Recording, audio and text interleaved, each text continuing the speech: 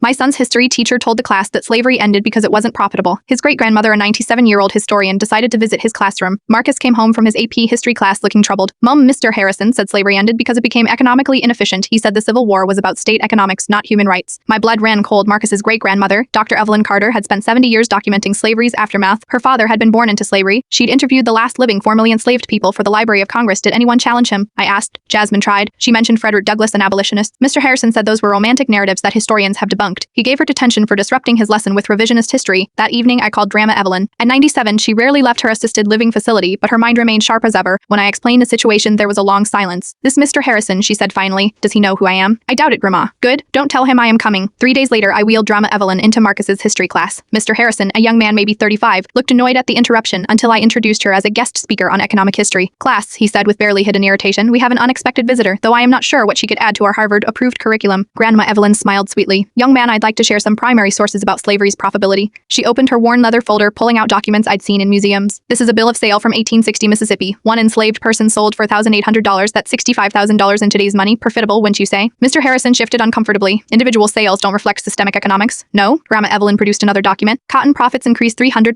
between 1840 and 1860. Slavery was more profitable than ever when the war began. Students leaned forward, mesmerized. Dia was recording on her phone. The real question, Grandma Evelyn continued, is why some people need to believe slavery ended for economic reasons rather than moral ones. That's not historically accurate, Mr. Harrison protested. Grandma Evelyn's eyes flashed. Boy, I interviewed people who were enslaved. My own father was property until he was 5 years old. Are you calling them liars? The room fell silent. She pulled out a small recorder, pressing play. A trembling voice filled the room. They said we wasn't profitable no more. But Master Shore cried hard when he had to let us go. Cried about all the money he was losing. That's my father, she said quietly. Recorded in 1952, he remembered everything. Mr. Harrison's face had gone pale. I am teaching the approved curriculum. Then the curriculum is wrong. Grandma Evelyn turned to the class. Slavery ended because people fought and died to end it, because enslaved people resisted, because abolitionists wouldn't stop, because abolitionists wouldn't stop, because finally enough people said human beings cannot be property, profitable or not. Marcus raised his hand. Great-grandma, why would anyone teach it differently? Because admitting slavery was profitable means admitting it ended only through force. It means admitting that economics didn't solve moral evil. People did. Some folks find that uncomfortable. The principal appeared in the doorway, apparently summoned by another teacher. Is there a problem here? Yes, Grandma Evelyn said. This young man is teaching lies about my history. Cody began sharing what they'd been taught versus what they'd learned from grandparents. They asked, attention was reversed. Parrots flooded the next school board meeting. Mr. Harrison was placed on leave pending curriculum review. The district hired actual historians, including 2 of Grandma Evelyn's former students, to evaluate the history program. The state education board launched an investigation into the Harvard-approved curriculum Mr. Harrison referenced. Freed out, it was from a think tank funded by groups with interesting views on American history. Grandma Evelyn was invited to record a lecture series for the district. At 97, she became the oldest person to receive the state's Excellence in Education Award. But the moment I'll never forget was after class Mr. Harrison approached Grandma Evelyn, his arrogance finally cracked. I was just teaching what I was taught, he said quietly. She patted his hand.